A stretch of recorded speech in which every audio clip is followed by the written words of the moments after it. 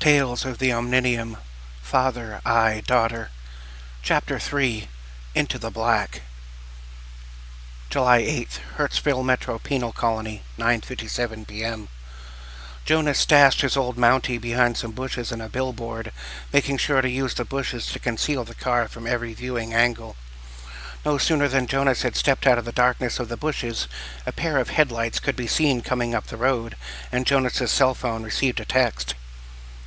Taking the phone out of his jacket pocket and looking at the number, Jonas recognized the number as that of Hank Roberts, the owner of the building in which Jonas was living.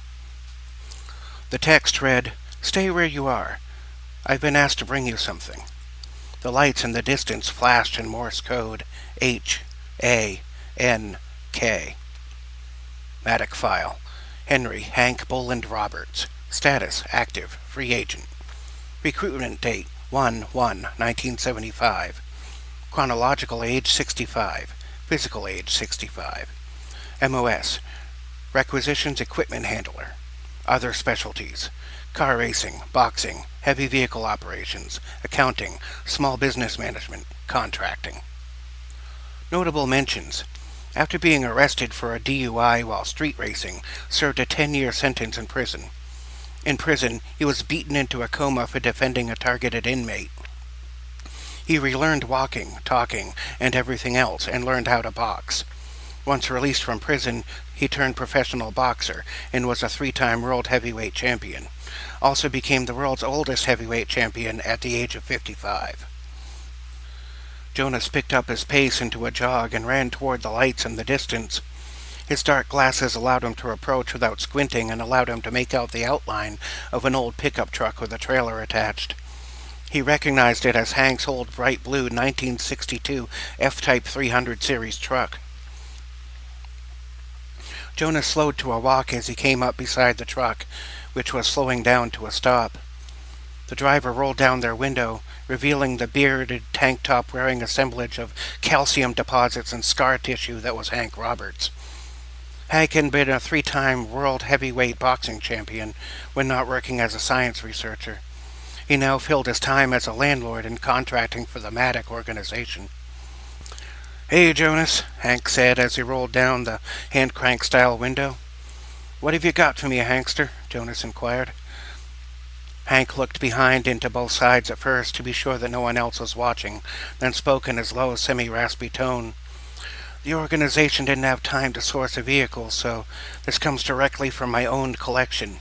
So if you break this one, as you boys are prone to do, it's going to be added to your rent." Jonas laughed lightly and said, Nice to know who's got my back." "Keys are in it. You break it, you buy it," Hank retorted with a slight chuckle. With that exchange, Hank leaned back into his seat a bit, with his hands on the steering wheel, yawning, while Jonas ran around to the back of the trailer to see what manner of vehicle had been delivered to him. Once at the back of the trailer, he pulled the lift gate up, partially revealing the rear end of the car.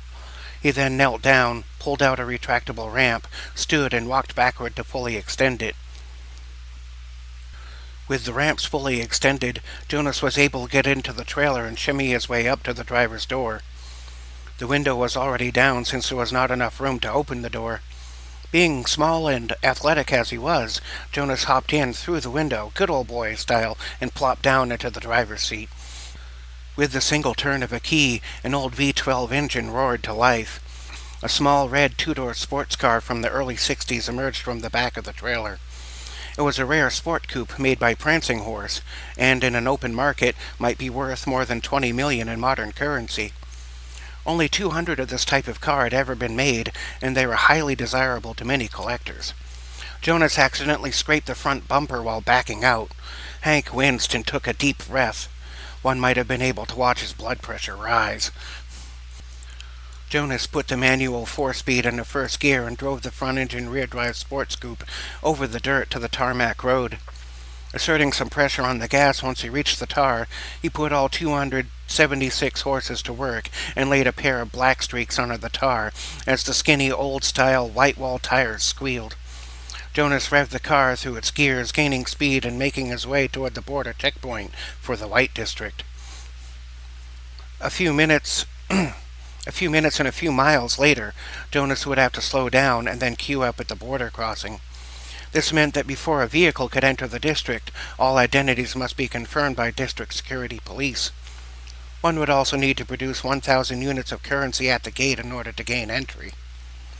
As the line of cars moved forward, one at a time, Jonas could see the lights and hear the sounds of the secured, free-market, anarchic region of ways and means known as the White District. Security police were everywhere, in their white uniforms with black belts, boots, and hats.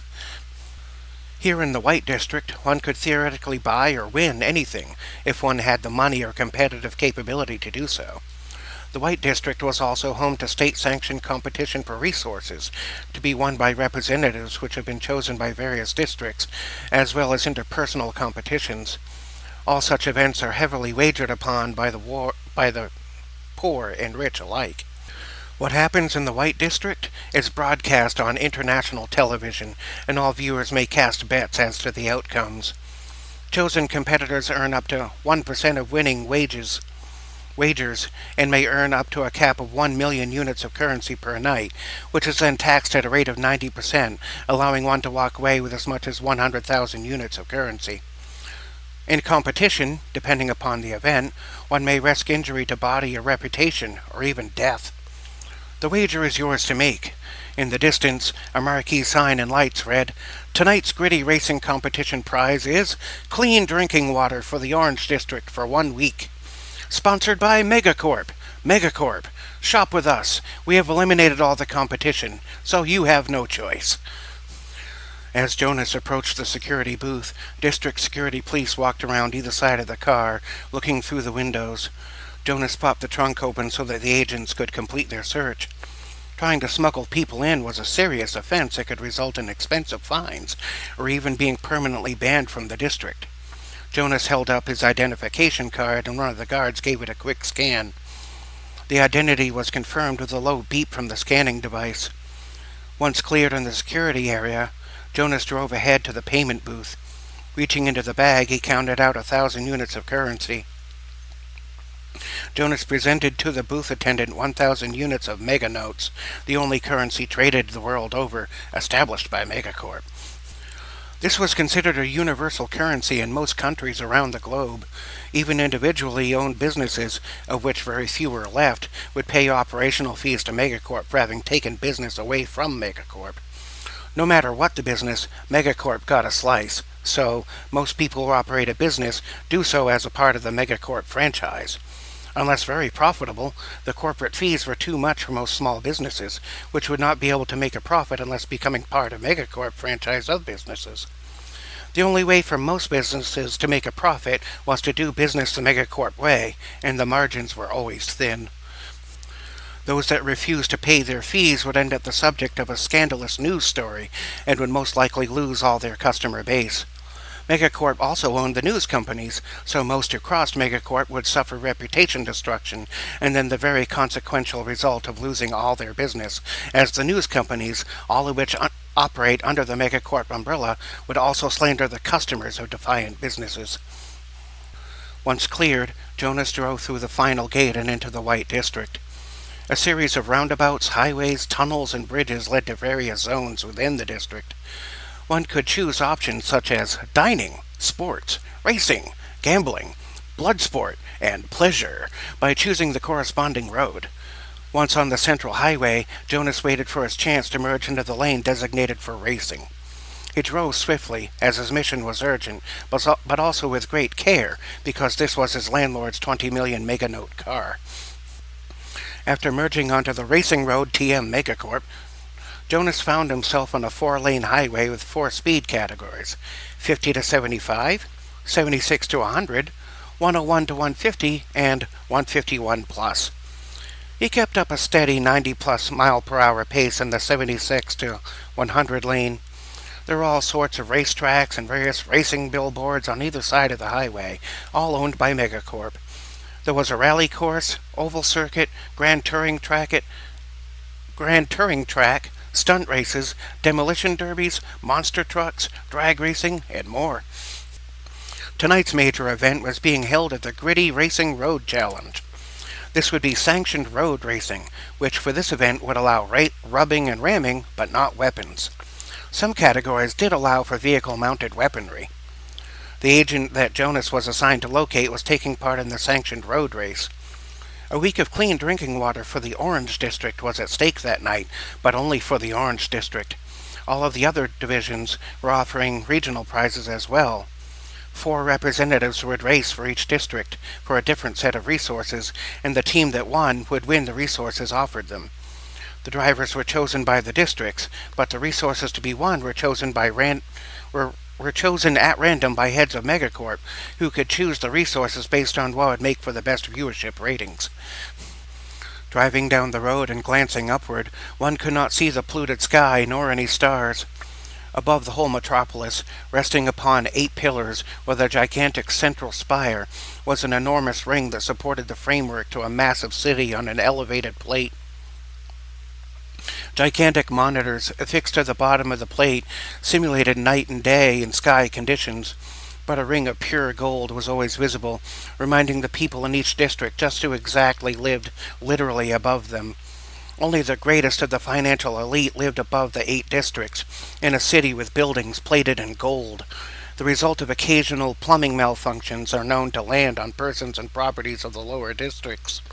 Those living on the golden plate get to literally shit on the lower classes.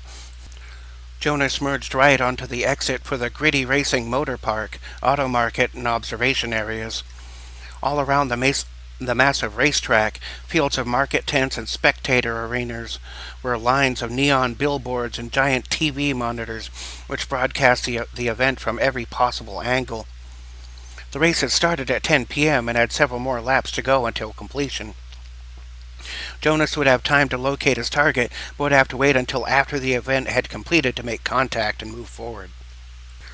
Jonas made his way through the parkway and individual parking lots, looking for the best place to park, driving very cautiously in Hank's multi-million-note car. He spied a parking spot between 2 large trucks, which would obscure the car from view. Jonas pulled up to the trucks and carefully backed the car into position between them. The parking position could keep the car hidden from view for so long as the trucks remained in place. The trucks were attached to race car trailers, which would be some of the last vehicles to leave. Jonas would now have to exit the vehicle and make for the racers' garages. An excitable announcer spoke over the PA system. "This has been an amazing race so far. So many exchanges." The second announcer chimed in right on time. "We're not even half done, and there have already been 2 driver deaths. The betting booths are swamped." The first announcer spoke again. "Yes, and Team Orange may not be far behind. Every team gets 4 cars, but they're already down to just 1. The second announcer piped up. "Yes, but you know who is in the last car, don't you? That is Jinx, the unluckiest driver ever. For the competition." 10:22 p.m. Gritty Road Race, lap 7 of 20. Matic file. Rolf Byron Luger. Status: active, security captain. Recruitment date: 9/17/1977. Chronological age: 85. Physical age: 42. MOS: security, motor pool. Other specialties: car racing, automotive tech and repair, infiltration, assassination, sabotage, demolitions. Notable mentions: when asked about the best way to keep a location or person secure, answered by saying, "Well, the best way to keep something or someone safe is to eliminate the fuckers that threaten them." An AAC Trident, modified for road course racing, was trailing behind 15 of 21 remaining cars, after having been forced off-road by a crash that happened out in front. Crashing through a chain-link fence and getting back onto the road with a thump, grind, and some sparks from the bottom, the car started to pick up speed again. This was the last of the Orange District cars still left on the road. Car paint colors were specified by teams, so each vehicle was required to have 1 solid body color or a prominent racing stripe matching the team color. This classic black 2-door car had a wide orange racing stripe painted on the roof, hood, and trunk to represent the Orange District in racing. Going down a quarter-mile-long straight, which consisted of several city streets, the colorful cars whizzed and roared across the line, finishing the seventh of 20 laps around the 3-mile-long course, which consisted of 27 turns on mostly city streets and a couple of rural roads on the backstretch. Races that allow for rubbing tend to bring out the worst and best in drivers, and most often than not, more than half of the cars would crash out before the end of the race. If the Orange District were to win clean drinking water for a week, the car would have to make its way through the pack somehow. Inside the AAC Trident, a tall, muscular, blond-haired man with vibrant blue eyes sat at the wheel. He wore blue jeans, a Hawaiian shirt, an aviator's jacket, and combat boots. He looked to be in his mid-40s, with his left hand on the steering wheel and his right on the floor-mounted stick shift. His movements were smooth, quick, or precise, depending on the needs presenting themselves.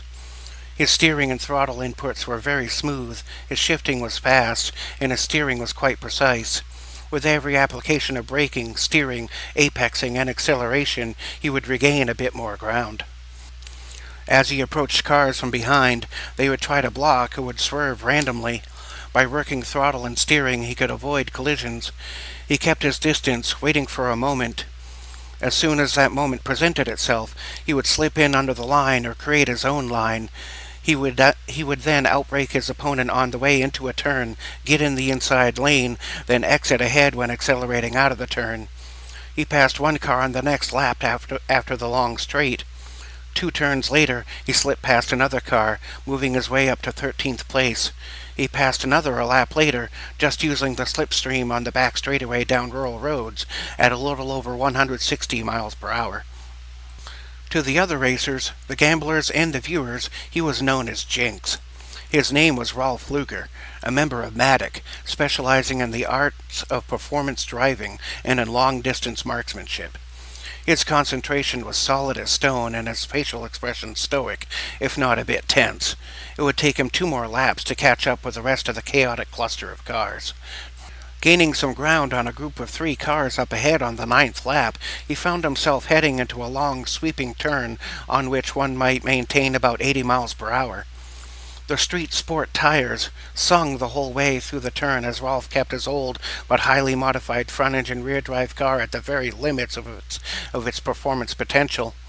As Rolf came up on the inside, one car stayed in its lane, one car moved out a bit wider, but the third dove right into the inside of the block. Rolf used all his skill to avoid a crash as the car was both steering and braking at the same time, which is often called trail braking. After making his way through the apex, narrowly avoiding the car in front which had swerved right into his path, he followed up by accelerating right behind that car. Coming out of the turn, Rolf dropped back just enough to line up the side of his front bumper with the side of the rear bumper in front. With a well-timed turn of the wheel, the front of the AAC made contact with the rear of the oval gallop in front, performing a pit maneuver. Upon contact, the oval spun out from the rear and went sideways, screeching all 4 tires until the tires skidded sideways into a light pole. Rolf didn't pass the other 2 cars as he fell behind, but one more car was eliminated. Rolf's teammates had all been knocked off the road. Now it was his turn. 10 opponent cars were left. Lap after lap, Rolf made steady progress, slipping gracefully past cars that didn't attempt to get rough. Drivers of cars that did try to get rough with Rolf would find themselves getting hit right back, or even being knocked off the road themselves. By the time it was down to the last lap, Rolf found himself chasing just 2 more cars. 3 more cars had been knocked off the road in devastating ways. Another car had to drop out due to engine issues. This left 2 cars ahead and 3 behind. A race that started with 32 cars now consisted of only 6. 26 cars had been smashed and 3 races were dead. This was a fairly typical result and was very profitable for some. Rolf decided to hang back a while, following the other 2 cars, one white and one blue, from a somewhat discreet distance. As anticipated, when the last lap came, the cars behind had gotten no closer to catching up again, and the 2 in front started to get more heated with each other. The 2 cars started to make exchanges of metal and paint more and more frequently. At first they would rub some going into or coming out of the turns, trading places all the while. Finally, about halfway through the last lap, they started to escalate dramatically. They started slamming into one another from the side, each trying to knock the other off the road sideways. After a particularly big hit from the white car, the blue one was sent careening into a guardrail. As the white car was making its recovery after the impact, Rolf made his move, accelerating straight for the car's rear bumper. With a precision hit from Rolf's AAC, the white Guinea Raptor sports car was sent into a skid and ended up catching its front bumper on a piece of protruding K-rail, tearing off the bumper and a front fender, drastically reducing the car's speed. Rolf kept his pace until at last he crossed the finish line, winning the race. After driving around for one victory lap, Rolf drove the car back to his garage and pit area to find the crew gone and a familiar face waiting for him. Rolf's facial expression went from one of gleeful victory to one of disgust. Parking the car in a bay at the trackside garage, Rolf turned off the engine and exited the car through the window since the doors were welded shut. With a sneer, he approached Jonas. "You got a fucking death wish, kid?" Rolf barked angrily. "You know, I would have done anything to save," Jonas started to speak, only to be interrupted. "Shut the fuck up. Why I'm even looking at a piece of shit like you right now," Rolf growled, getting angrier every moment. "We've been put on assignment together," Jonas stated, calmly but firmly. Rolf retorted, "I'd rather shove a cactus up my dick than work with you." Jonas replied as calmly as he could, "I have orders from the general. We're to—" Rolf laughed almost maniacally. "If that's true, the general's got a fucking twisted sense of humor." As Rolf talked, he made his way over to the locked drawer, entered the combination, opened it, and retrieved his cell phone. While doing that, he continued to rant. "You fucking kill my baby, then come in here and expect me to go on assignment with you, like some kind of—" Rolf paused while reading the text on the phone. It was from Maddock, a text from Warrant Officer Fledge. He read the message in its entirety and when finished, stopped to glare at Jonas. If looks could kill, Jonas would have been dead. Jonas spoke more softly in an attempt to diffuse the situation some. "Captain, I can't change what happened. It was one life for 50, and I had no idea that she was—" Rolf opened his mouth to speak, but Jonas was quick to finish his thought and said this to Rolf. "If I could change that, I would. This is family, too, and that 15-year-old girl has been taken to an organ harvesting camp. Her mother is dead, and her father is with us, begging us for help. Stanley is the general's brother-in-law. That makes Emily his cousin, and by extension, our family, too. Just like your daughter, Emily, too, will die if we don't intervene. It's too late for Sarah, but we can help Emily." Rolf's facial expression remained taut, and Jonas stared him down right back. They both stared intimidatingly at the other for several moments. The stare-down lasted nearly 30 seconds, until Rolf let out a deep sigh. Jonas nodded silently, understanding that Rolf was de-escalating and coming around to a point where they may be able to work together. Rolf took a deep breath, then spoke softly. "How are we to proceed?" Jonas answered, "I am to escort you to an nav point on the roundabout. From there, we are to join up with Agent Nightwatch, who has been given authority to lead this mission." Rolf nodded affirmatively. "I'll work with you. I'll follow orders. But when this is done, you and me are going to settle up." Rolf went over to his locker in the garage, unlocked it, and grabbed his go bag. "Settle up?" Jonas asked in a low but questioning tone. Rolf's face remained angry as he lowered his tone to something lower but more ominous. "Yeah, we're gonna settle this matter, but not right now, so lead the way, asshole." Jonas and Rolf made their way back out of the parking lot and to the little red prancing pony Jonas had arrived in. Rolf eyeballed the car in ways that suggested that he liked it, but he said nothing. Jonas reached into his pocket and produced the keys, then held out his hand to relinquish them to Rolf. "I need you to drive us to mile marker 87 on the roundabout road. There we can give this car back to its owner and pick up my car for the rest of the trip, saving both our skins from the wrath of Hank." Rolf chuckled lightly, knowing that Hank was a nice guy, but to never piss him off. They made their way back down the highways and out of the Waite District to the roundabout road. There they met up with Hank to make the exchange. Getting out of the little red race car, Rolf spoke to Hank, who was leaning up against his F-type pickup truck. "Well, if it ain't old Iron Fist," Rolf exclaimed. Hank smiled and answered, "You big dumb bastard. You still owe me 50 notes from the last poker game." "So, where's our car?" Jonas inquired. Hank answered, "It'll be here any—" A set of headlights and a rumbling engine could be seen and heard coming from up the roundabout road. Hank finished the sentence by saying, "About right now. I gotta say, you all are a bunch of clockwork bastards." A 1955 Daimler Black Star hearse rolled up, complete with curtains and casket. It was painted jet black and had a huge cowl induction scoop poking out of the hood. The engine rumbled out of dual side pipes, and the belt-felt supercharger whined a bit, even at low RPMs. The rear tires were massively fat, while the front remained the skinny old white-wall design. The car skidded to a halt on the dirt, and the headlights turned off. Connor Greenleaf leaned his head out the window and gestured to Jonas and Rolf to get in. "Shotgun!" Rolf yelled and made for the front passenger door. There was no rear seat, so Jonas went to the rear, pulled down the clamshell-style liftgate door, and hopped into the back, next to the casket. By lowering his head a little, he could sit up without bumping his head on the car's ceiling. Connor looked over to Rolf and said, "Do you dig my wheels?" He asked the question in such a way that one could tell that Connor was not that familiar with much of the popular cultural lingo. Rolf nodded. "Pretty fly for a dead guy." Connor raised an eyebrow, returned his attention to the task of driving, and took off, spitting up some dirt and then squealing the rear tires a bit as they went from dirt to tarmac. Once on the road, Connor pressed the gas, summoning up enough power from the supercharged V8 that the front wheels lifted up a few inches for just a few seconds while approaching 90 miles per hour until Connor shifted the manual 3 on the tree manual column shifter into the next gear. The engine roared and the rear tires let out a little puff of smoke as the car went into its third and final gear.